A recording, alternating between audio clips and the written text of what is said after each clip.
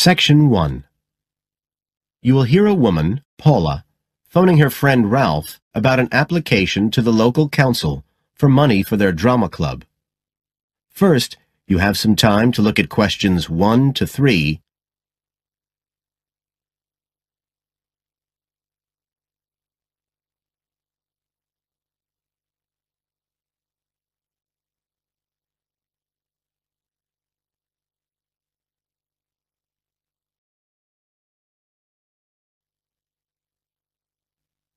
Now we shall begin. You should answer the questions as you listen, because you will not hear the recording a second time. Listen carefully and answer questions 1 to 3.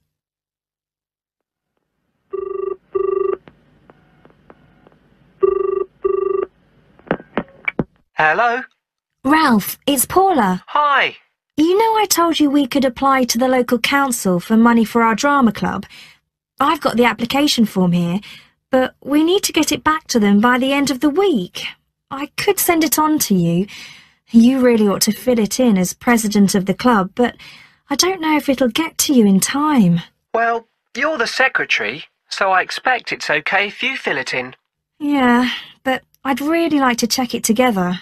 Right, that's fine. Like, the first part asks for the main contact person. Can I put you there? Sure. Right, so that's Ralph Pearson. Oh, and then I need your contact address. So that's 203 South Road, isn't it? No, 230. Oh, sorry, I always get that wrong. Then it's Drayton. Oh, do you think they need a postcode? Better put it, it's DR6 8AB.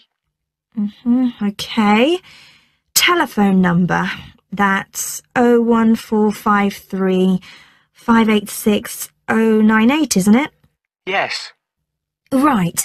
Now, in the next part of the form, I have to give information about our group. So, name of group, that's easy. We're the Community Youth Theatre Group. But then I have to describe it. So, what sort of information do you think they want? Well, they need to know we're amateurs, not professional actors. And how many members we've got. What's that at present, 20? 18. And should we put in the age range? That's 13 to 22? No, I don't think we need to. But we'd better put a bit about what we actually do. Something like members take part in drama activities. Activities and workshops? OK. Right. That's all for that section, I think. You now have some time to look at questions 4 to 10.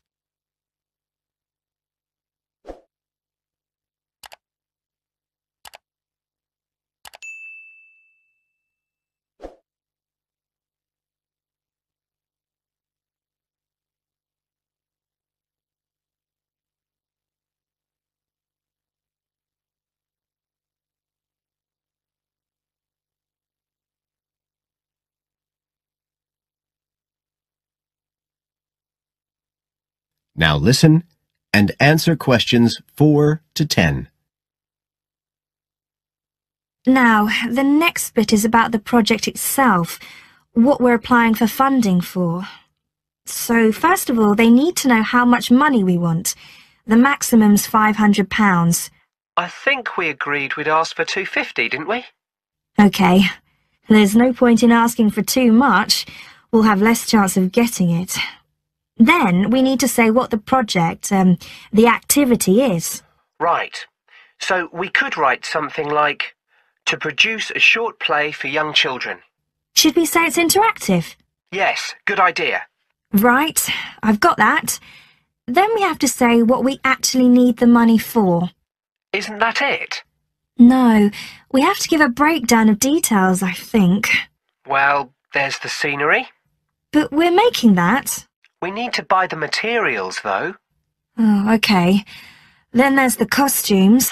Right. That's going to be at least £50. OK. And what else? Oh, I just found out we have to have insurance.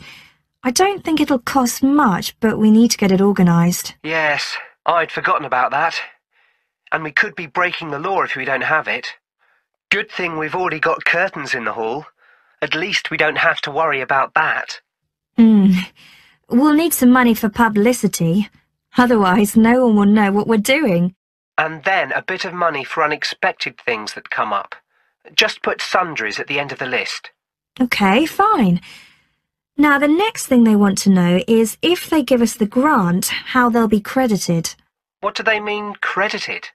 I think they mean how we'll let the public know that they funded us. They want people to know they've supported us. It looks good for them. Well, we could say we'd announce it at the end of the play. We could make a speech or something. They might prefer to see something in writing. We'll be giving the audience a programme, won't we?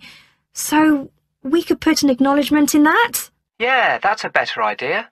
OK, and the last thing they want to know is if we've approached any other organisations for funding and what the outcome was. Well, only National Youth Services, and they said that at present funds were not available for arts projects. Right, I'll put that. And then I think that's it. I'll get that in the post straight away. I really hope we get the money. I think we've got a pretty good chance. Hope so, anyway.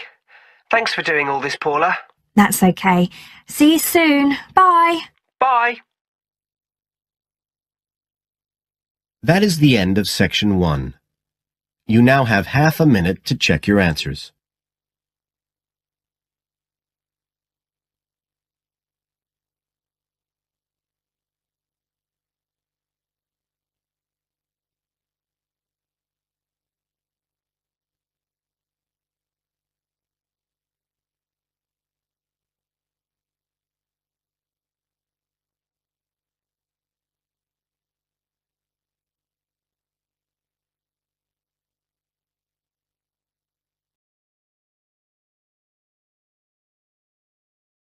Section 2.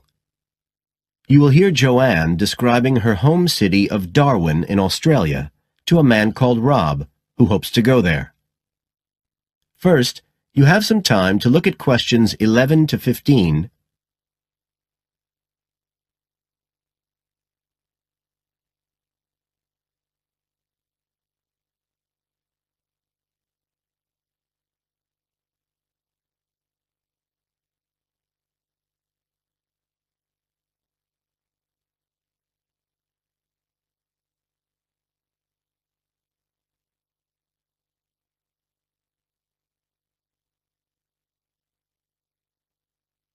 Now listen carefully and answer questions 11 to 15. Joanne? Hi, you must be Rob. Nice to meet you. So, I hear you're planning to visit Australia. Yeah, and I really wanted to talk to you because I was thinking of spending some time in Darwin, and my sister told me you're from there. That's right. So, tell me about it. Well, where shall I start? Well, Darwin's in what they call the top end because it's right up at the northern end of Australia, and it's quite different from the rest of Australia in terms of cultural influences. In fact, it's nearer to Jakarta in Indonesia than it is to Sydney, so you get a very strong Asian influence there. That means we get lots of tourists. People from other parts of Australia are attracted by this sort of international cosmopolitan image. And as well as that, we've got the same laid-back atmosphere you get all over Australia, probably more so, if anything, because of the climate. But what a lot of the tourists don't realise until they get there is that the city's also got a very young population.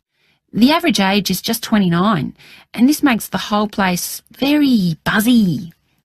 Some people think that there might not be that much going on as far as art and music and dancing and so on are concerned because it's so remote.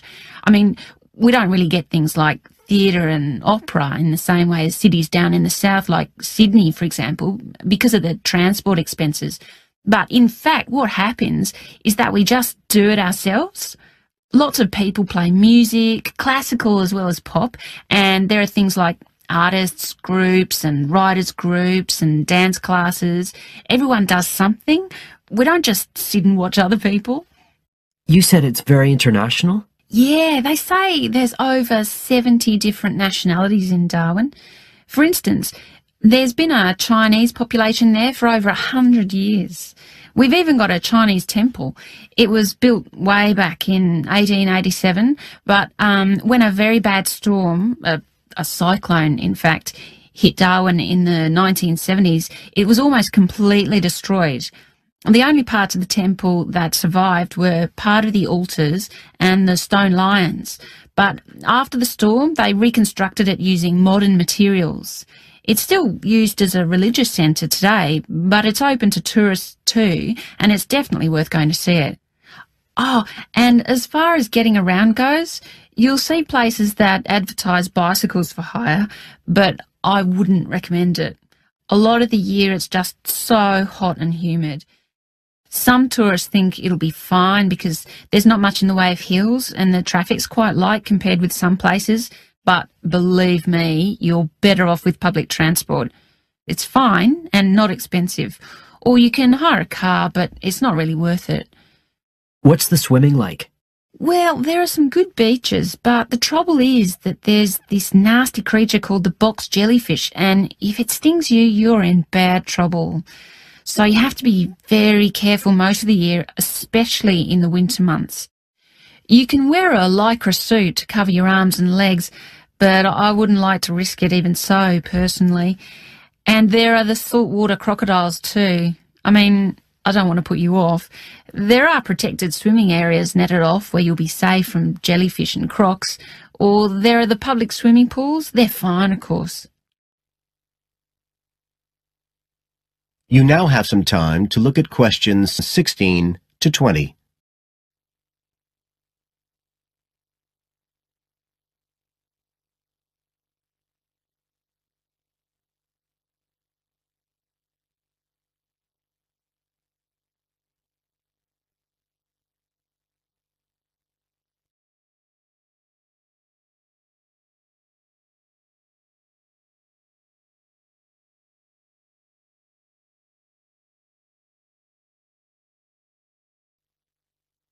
Now listen and answer questions 16 to 20.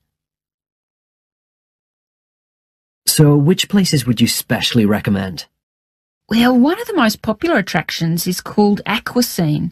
What happens is every day at high tide, hundreds of fish come in from the sea, all different sorts, including some really big deep sea fish. And some of them will even take food from your hand. It's right in the middle of town at the end of the esplanade. It's not free. I think you have to pay about $5, but it's definitely something you have to experience. Then, of course, Darwin has a great range of food. Being such a cosmopolitan place, and if you don't have lots to spend, the best place to go is to Smith Street Mall, where they have stalls selling stuff to eat. There's all sorts of different things, including Southeast Asian dishes, which I really like. You'd think there'd be plenty of fresh fish in Darwin, as it's on the coast, but in fact, because of the climate, it mostly gets frozen straight away. But you can get fresh fish in the restaurants on Cullen Bay Marina. It's a nice place to go for a special meal, and they have some good shops in that area too. What else? Well, there's the Botanic Garden. It's over 100 years old and there's lots to see. An orchid farm, rainforest, a collection of palm trees, a wetlands area. You can easily spend an afternoon there. That's at Fanny Bay, a couple of kilometres out to the north. Then, if you've got any energy left in the evening, the place to go is Mitchell Street. That's where it all happens as far as clubs and music and things are concerned. You'll bump into lots of my friends there. Talking of friends, why don't I give you some email addresses? I'm sure they wouldn't mind if you... That is the end of section 2. You now have half a minute to check your answers.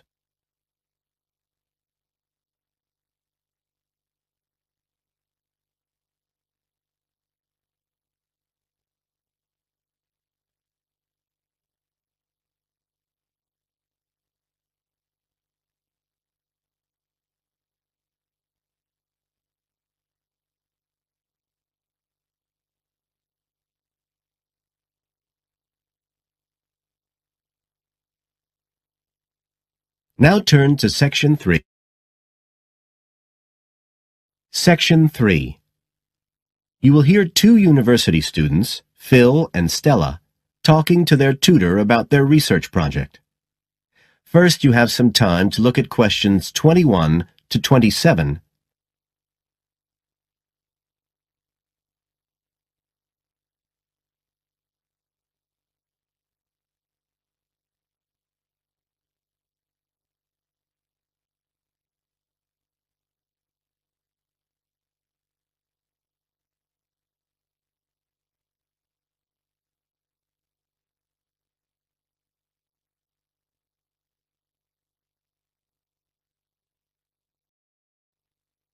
Now listen carefully and answer questions 21 to 27. Come in.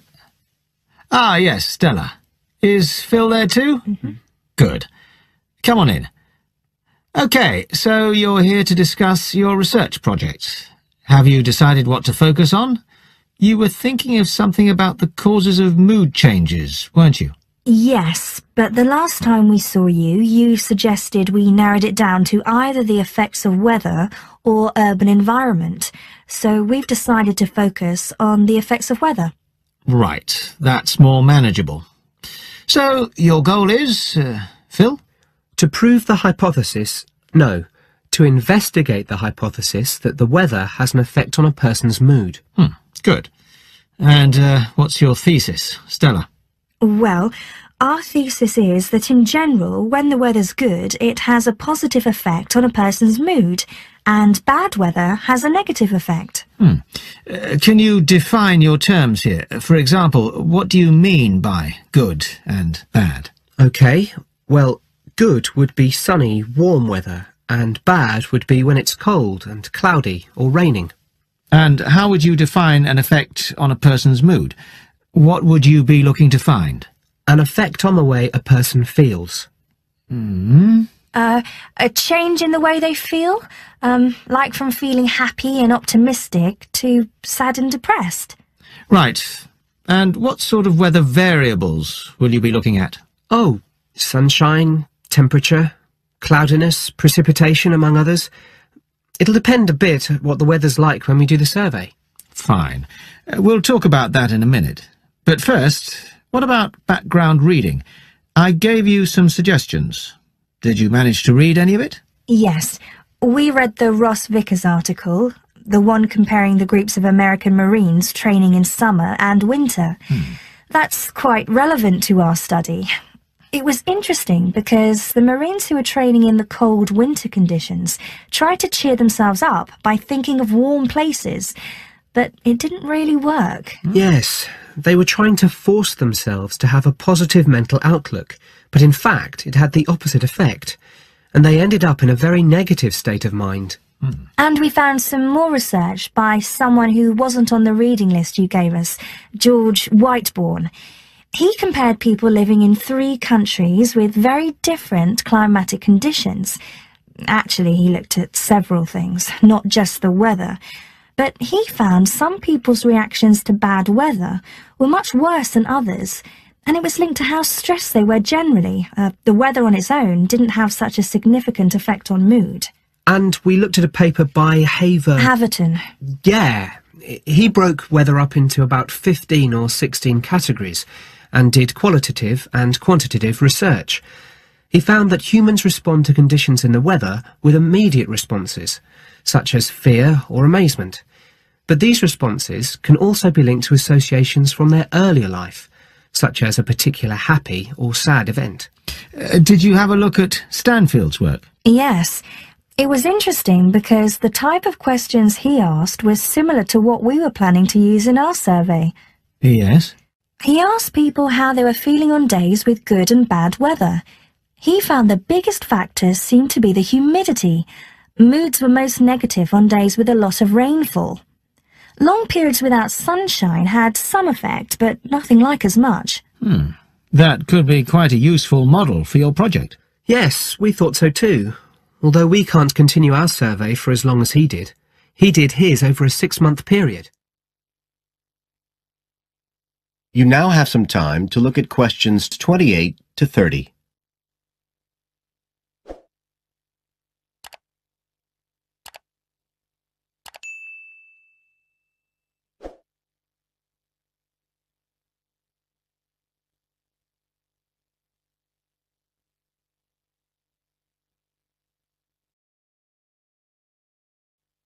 Now listen and answer questions 28 to 30. Right, well, you've made quite a good start. So, where are you going from here? Well, we've already made the questionnaire we're going to use for the survey. It's quite short, just 8 questions. We're aiming to survey 20 people over a period of 3 months from October to December. We can't specify the actual dates yet because it depends on the weather. We want to do the survey on days with a range of different weather conditions. And we'll just be working on campus, so our data will only be statistically sound for the student population here. That's okay. Have you thought how you'll determine what will constitute each aspect of weather, and how many you're looking at? We decided on 4. The amount of sunshine, cloudiness, temperature and precipitation. We thought we might use the internet to get data on weather conditions on the days we do the survey, but we haven't found the information we need, so we might have to measure it ourselves. We'll see. Then we've got to analyse the results, and we'll do that using a spreadsheet, giving numeric values to answers. And then, of course, we have to present our findings to the class, and we want to make it quite an interactive session. We want to involve the class in some way in the presentation, maybe by trying to create different climatic conditions in the classroom, but we're still thinking about it. I see. Well, that sounds as if you're on the right lines. Now, what I'd suggest that you think about, in addition to the work you've done. That is the end of section 3. You now have half a minute to check your answers.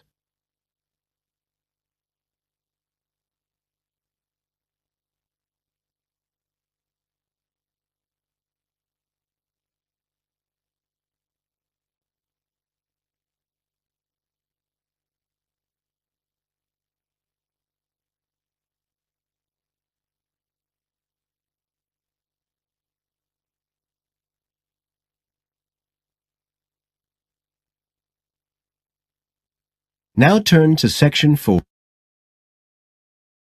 Section 4. You will hear a lecturer in education talking about some experiments done in the USA to investigate the effects of reducing class sizes. First, you have some time to look at questions 31 to 40.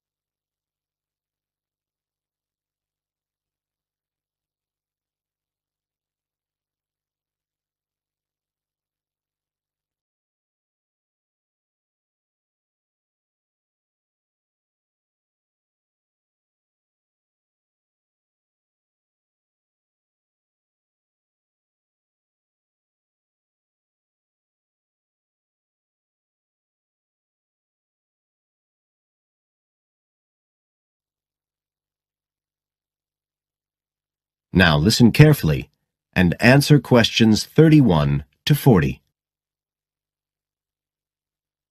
All over the world, there are passionate arguments going on about how educational systems can be improved. And of all the ideas for improving education, few are as simple or attractive as reducing the number of pupils per teacher. It seems like common sense.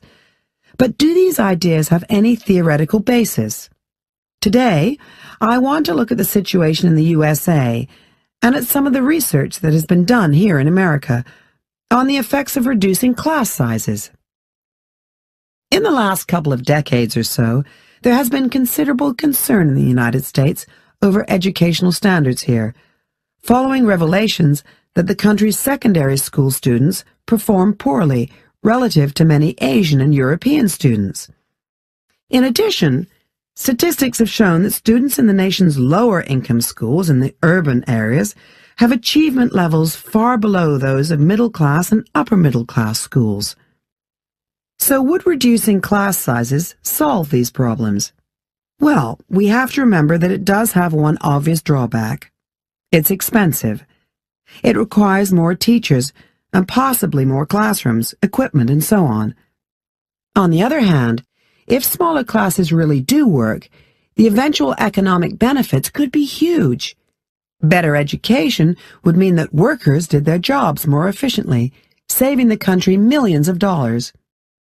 It would also mean that people were better informed about their health, bringing savings in things like medical costs and days off sick. So what reliable information do we have about the effects of reducing class sizes? There's plenty of anecdotal evidence about the effect on students' behavior, but what reliable evidence do we have for this?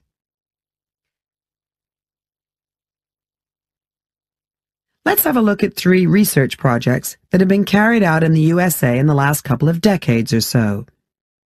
The first study I'm going to look at took place in the state of Tennessee in the late 1980s. It involved some 70 schools. In its first year, about 6,400 students were involved, and by the end of the study, 4 years later, the total number involved had grown to 12,000. What happened was that students entering kindergarten were randomly assigned to either small classes of 13 to 17 students or regular-sized classes of 22 to 26. The students remained in whatever category they had been assigned to through the 3rd grade, and then, after that, they joined a regular classroom. After the study ended in 1989, researchers conducted dozens of analyses of the data. Researchers agree that there was significant benefit for students in attending smaller classes, and it also appears that the beneficial effect was stronger for minority students. However, there's no agreement on the implications of this. We still don't know the answer to questions like how long students have to be in smaller classes to get a benefit, and how big that benefit is, for example. The second project was much larger and took place in California. Like the Tennessee study, it focused on students from kindergarten through to grade 3, but in this case, all schools throughout the state were involved. The experiment is still continuing, but results have been very inconclusive, with very little improvement noted. And the project has, in fact, also had several negative aspects. It meant an increased demand for teachers in almost all California districts.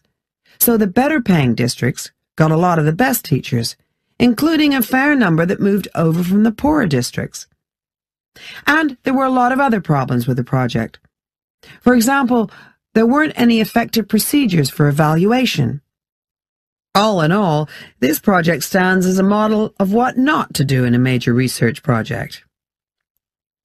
A third initiative took place in the state of Wisconsin at around the same time as the California project began, and it's interesting to compare the two. The Wisconsin project was small. Class sizes were reduced in just 14 schools, but it was noteworthy because it targeted schools at which a significant proportion of the students were from poor families, compared with California's one-size-fits-all approach. Analysts have found that the results are very similar to the Tennessee project, with students making gains that are statistically significant, and that are considerably larger than those calculated for the California initiative. Now, I'd like to apply some of these ideas to the latest. That is the end of Section 4.